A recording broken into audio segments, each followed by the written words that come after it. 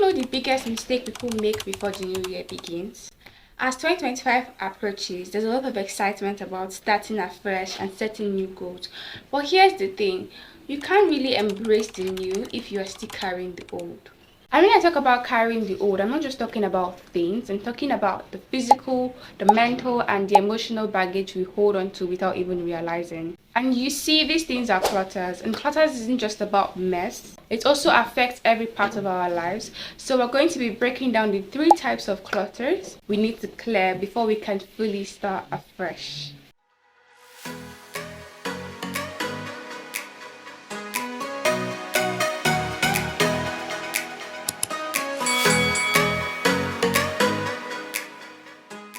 First off, mental clutter. You know the things that fill our heads, like the thoughts of stress, doubt, anxiety, and your minds are constantly running, especially with everything going around us. Like, just think about it. You are juggling probably work, school, life, social media, goals, and every other thing you've been juggling. It's like having a room full of thoughts with everything scattered and no way to organize them, and you wouldn't even be able to think clearly. The truth is that mental clutter is not just about having many thoughts, it's about having the wrong thoughts. Negative thoughts like you worrying about things or doubting yourself. And those thoughts have a way of adding weight to your mind, and just like physical clutter, it will stop you from moving freely. Mental clutter even makes it more difficult for you to focus on what really matters and to keep you in a loop of stress and confusion. It's very important for you to declutter your mental states because your mind and your body are deeply connected. Like, basically work hand in hand to ensure your overall well-being, and your mental state significantly impacts your physical state. That's why whenever you are mentally exhausted, you feel like as if you are tired physically and you're unproductive and all. So now you see why you can't keep piling more and more stuff into your head, like worrying about the next thing to do, or probably that one conversation you had like ages ago, just because you did not win the argument. Like, how about let it go? And how exactly do you declutter your mental state? You can journal your thoughts. Have a book just for the purpose of writing down your thoughts. The book doesn't have to be fancy, the English does not have to be Englishy, just writing your thoughts down.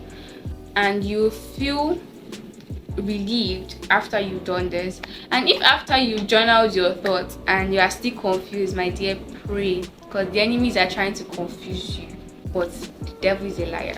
You can also make a list of everything you want to do, especially if your mind feels cluttered because you have so many undone tasks. So you can just make a list of everything you want to do and prioritize them. Because the time you used to think about, oh, I have to do this, I have to do that, I have not done this, I have not done that, you would have made that list and you would have started doing those things now.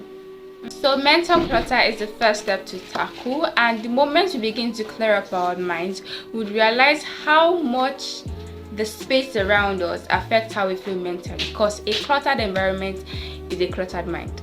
On to the next, physical clutter.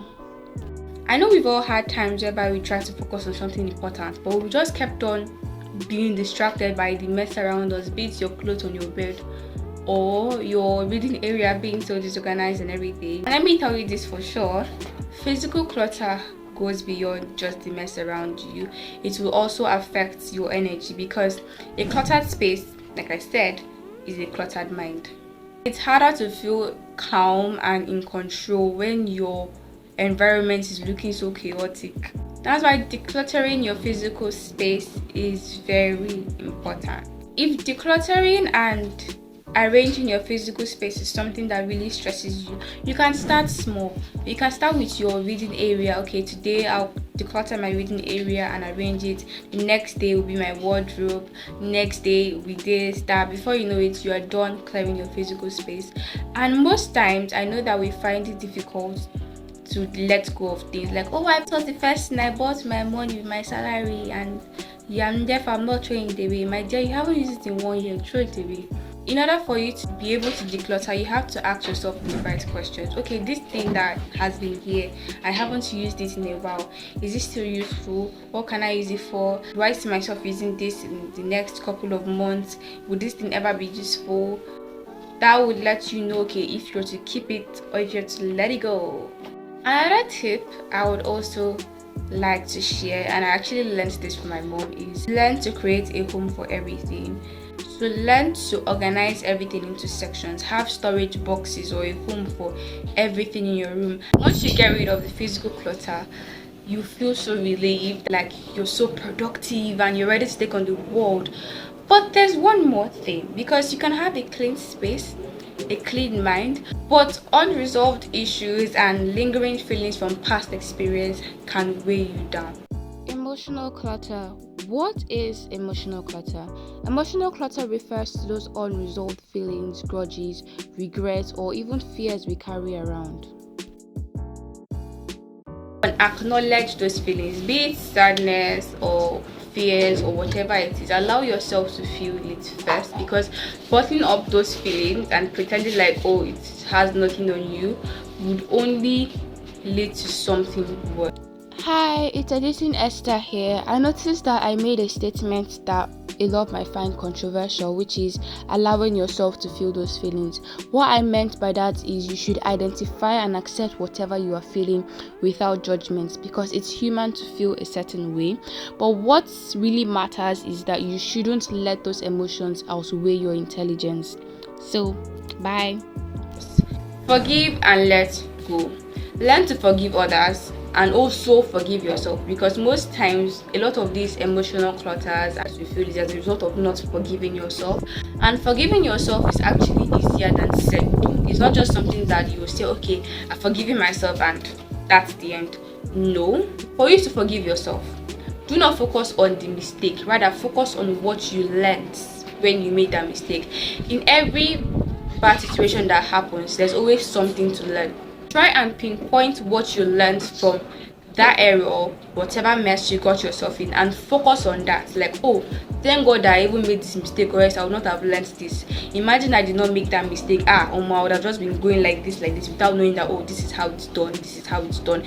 The moment you're beginning to focus on what you learned, before you know it, you're even grateful for those mistakes, and bam, you're forgiving yourself, and slowly you are letting go.